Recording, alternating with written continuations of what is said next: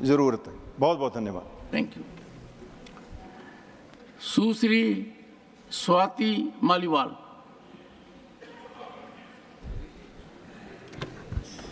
Thank you, Chairman Sir, for giving me an opportunity to speak on such an important issue. Sir, पिछले 7 दिनों में दिल्ली देश की राजधानी में यूपीएससी की तैयारी करते हुए कई छात्रों की मौत हुई है। 4 छात्रों की मौत हुई है और मैं ये मानती हूँ कि ये मौत नहीं है, हत्या है।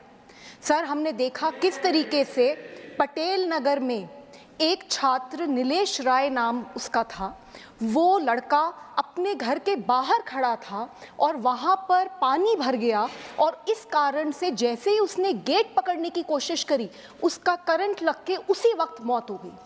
2 दिन पहले राजेंद्र नगर में बुरी तरीके से 3 बच्चे डूब के मर गए। वो सिर्फ अपनी लाइब्रेरी में, अपने कोचिंग सेंटर की लाइब्रेरी के बेसमेंट में बैठे थे, पढ़ाई करने की कोशिश कर रहे थे, सामने पानी भरा और वो पानी उनके कमरे के अंदर आ गया, बेसमेंट में आ गया और 2 मिनट में तीनों के तीनों डूब के मर गए। सर, मैं कल वहाँ गई थी और मैंने उन परिवारों से मैं मिली, उन 2 लड़कियों के परिवारों से मिली जिनकी जान गई है। उनमें से एक लड़की सर श्रेया थी, 25 साल की थी, अंबेडकर नगर से सर यहाँ दिल्ली आई थी पढ़ने के लिए। उसके पिताजी किसान हैं, उन्होंने बहुत संघर्ष कर उसको दिल्ली भेजा था।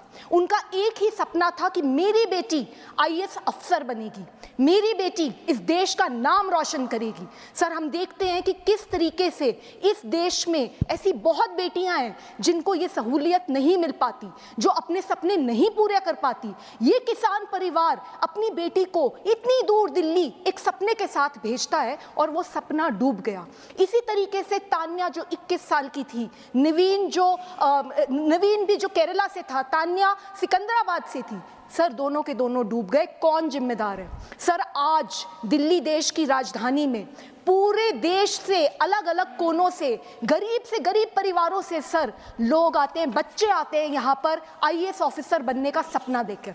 सर, वो सिर्फ अपने लिए नहीं आते, वो एक ऐसा सपना लेकर आते हैं कि हम इस देश की गवर्नेंस में बदलाव लाएंगे, हम भ्रष्टाचार खत्म करेंगे, हम अपने गांव का, हम अपने शहर की स्थिति सुधारेंगे। और सर, इन बच्चों के साथ ऐसा होता है, किसी की कोई जवाबदेही नहीं है। सर, हम ये देखते हैं, मैंने कल जाके देखा राजेंद्र नगर में हर दूसरे घर में इस तरीके का सेंटर खुला हुआ है, इलीगल सेंटर्स खुले हुए हैं। तो इन इलीगल सेंटर्स को कैसे खोला जा रहा है? आप देखिए, अगर कोई भी अपना दिल्ली में कोई घर बनाता है, अगर घर में थोड़ा सा भी कंस्ट्रक्शन ज्यादा हो जाता है, तुरंत एमसीडी वाले आ जाते हैं, तुरंत वहां पे वो हल्ला करते हैं और इतना बड़ा इलीगल सेंटर पे सेंटर बने जा रहे हैं और किसी को पता ही नहीं चला।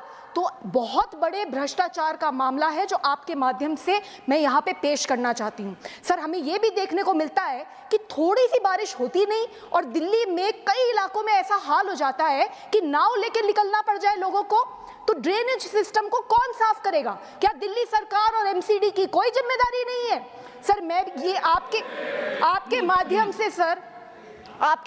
से सर मैं 3 डिमांड रखना चाहती हूँ। सर, सबसे पहले ये जो एफआईआर हुई है, इस एफआईआर में उन कोचिंग के सेंटर के जो लोग हैं उनको पकड़ लिया है पुलिस ने। सर, लेकिन ये जो अधिकारी हैं और चुने हुए रिप्रेजेंटेटिव्स हैं, उनकी जिम्मेदारी कौन सेट करेगा? सर, आप देखिए, वहां पे मुझे बताया गया, बच्चों ने मुझे बताया कि किस तरीके से उन्होंने कंप्लेंट्स लिखी थी, पार्षद को लिखी थी, एमएलए को लिखी थी और कोई एक्शन नहीं हुआ। तो जो एफआईआर हुई है उसमें पूरी तरीके से जांच होनी चाहिए और ये जितने भी अधिकारी हैं इन सब के ऊपर सख्त से सख्त कार्रवाई होनी चाहिए। एक ऐसा मैसेज देना चाहिए कि आगे किसी की हिम्मत ना हो इस तरीके का लापरवाही या भ्रष्टाचार करने की। सर, दूसरी बात, सर, ऐसे मौकों पर कोई क्या ही मुआवजा देगा? एक परिवार जिसने अपनी बेटी खो दी, जिसने अपना बेटा खो दिया, सर, उसके लिए तो सब कुछ खत्म हो गया।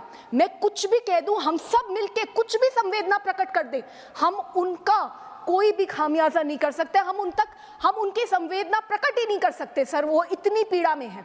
लेकिन दिल्ली सरकार का फर्ज बनता है कि 1-1 करोड़ का कॉम्पनसेशन एक बच्चे को मिलना ही चाहिए। तीसरी बात, सर, हम ये देखते हैं इतने सालों से यूपीएससी की तैयारी करने के लिए दूर दूर जगहों से दिल्ली में बच्चे आते हैं, पर अभी तक दिल्ली सरकार ने इस तरीके के पीजीज को, इस तरीके के कोचिंग सेंटर्स को रेगुलेट करने के लिए कोई कानून नहीं बनाया। यूपीएससी की तैयारी करते हुए जो बच्चे हैं या बाकी एग्जाम्स की तैयारी करते हुए जो बच्चे हैं, उनके वेलफेयर के लिए कोई स्कीमें नहीं बनी है, कोई गाइडलाइंस नहीं है। ये सारी की सारी गाइडलाइंस होनी चाहिए। सर, अंत में इतना कहना चाहूंगी, मैंने देखा है सर, दिल्ली में देखा है मैंने बहुत बार कि एक 100 मीटर की सड़क बनती है और उसके ऊपर 4 नेता आ जाते हैं, हमने बनाई, और उसके बाद प्रचार पे प्रचार होता है, हमने 100 मीटर की सड़क बना दीजिए, बहुत बड़ी सड़क बना दीजिए। और इतना भी देखती हूँ कि जब वहां बोर्ड लगता है ना कि किसने सड़क बनाई, उस पर भी लड़ाई हो रही होती है कि नहीं यहाँ पे मेरा नाम लगेगा।